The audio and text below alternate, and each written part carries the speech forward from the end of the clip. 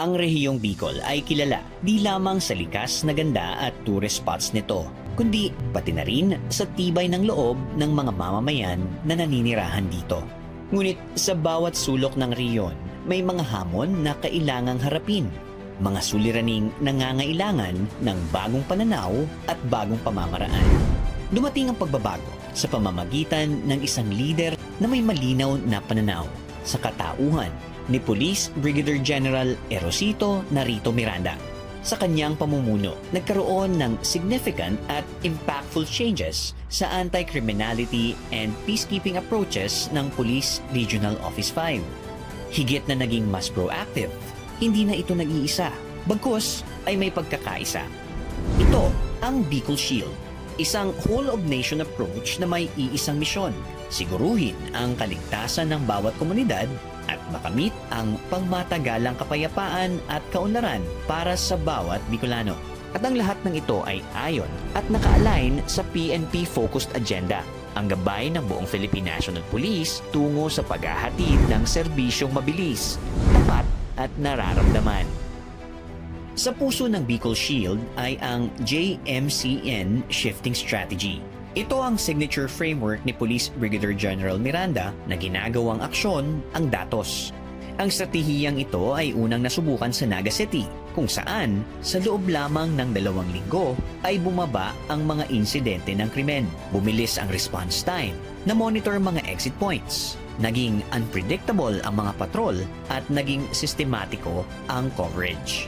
Upang gumana ang JMCN, kailangan natin ng tamang teknolohiya. Kaya naman, mayroon tayong PRO5 Enforcement Navigation Management System o ENMS. Ang ENMS ay isang real-time na patrol monitoring at intelligent dispatch platform. Sinusubaybayan nito ang mga patrol unit in real time na nagpapahintulot sa ating Tactical Operations Center na hanapin ang pinakamalapit na unit at agad itong ipadala sa mga emergency. Bilang bahagi ng Bicol Shield, may isa pang mahalagang inisyatibo na nagpapalakas sa ating seguridad, ang Kasorog, Narito Kami. Ang Narito Kami ay isang network kung saan ang PNP, lokal na pamahalaan at iba pang ahensya ay nagtutulungan upang maitatag ang mga border control points sa mga pinaka-strategic locations sa buong rehiyon. Ngunit ang pagpapatrolya ay hindi na lamang sa mga kalsada.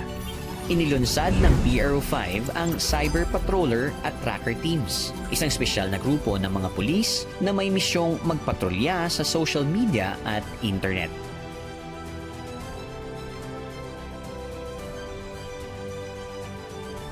Ang kakayahang gumalaw at tumugon ay mahalaga sa panahon ng kalamidad. Sa pamamagitan ng Kasorog DEAR o Disaster Emergency Assistance and Response, ang PRO5 ay laging nakandang tumulong sa mga komunidad na apektado ng sakuna. Ang regional headquarters at mga police provincial offices ay may nakahanda at nakaalerto ng mga DEAR teams na pwedeng i-deploy anumang oras saan man sa rehiyon. Bilang pagpapalakas sa kakayahang ito, ipinatupad din ang Kasorog Alerto, isang inisyatibong nagsisiguro na ang lahat ng mobility assets ng PRO5 ay laging handa para sa anumang sakuna o emergency. Sa pamamagitan ng Kasorog Bantay Kaligtasan Multi-Agency Outposts, ang mga lokal na pamahalaan, government agencies, mga barangay officials at ang PNP ay nagkakaisa bilang first line of defense na nagsasagawa ng 24/7 patrols at sinisiguro ang kaligtasan ng mga pamilya sa loob ng 6-kilometer permanent danger zone ng Mayon Volcano. Sa mga malalaking pagtitipon at rally, ang Kasorog Care o Crowd Management Advanced Reactionary Force Engagement ay nagsisiguro ng karapatan ng lahat na magpahayag ay protektado at ang mga pagtitipon ay mananatiling mapayapa. Kaagapay ng CARE ay ang Mobile Advanced Command Post o MACP, isang mobile command center na nagsisilbing pansamantalang punong himpilan sa gitna ng malalaking pagtitipon at civil disturbances. Kasama ng MACP ay ang Mobile Holding Facility, isang sasakyang dinisenyo para maging pansamantalang kulungan at lugar upang maproseso ang mga nadadakip. Katuwang nito, ang PRO5 ay nagkaroon na rin ng bagong armored SWAT vans, mga sasakyang dinisenyo para sa kritikal at mapanganib na sitwasyon tulad ng hostage rescue at counter-terrorism operations. Sa kalsada naman, ang Patnubay Ligtas Maharlika ay ang ating pinaigting na safety program sa kahabaan ng Maharlika Highway. Nagtatag tayo ng Motorist Assistance Centers na handang tumulong sa mga manlalakbay 24/7 at inilunsad ang Kasurog Cops Motorcycle Patrols para sa mas mabilis na pagtugon sa mga insidente.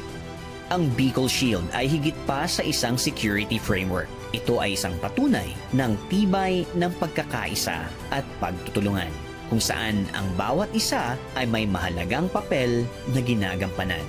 Ito ang diwa ng Kasurog, isang kaagapay at kakampi para sa bawat Bicolano, para sa isang bagong Pilipinas. Ito ang ating pangako, isang serbisyong mabilis, tapat at nararamdaman.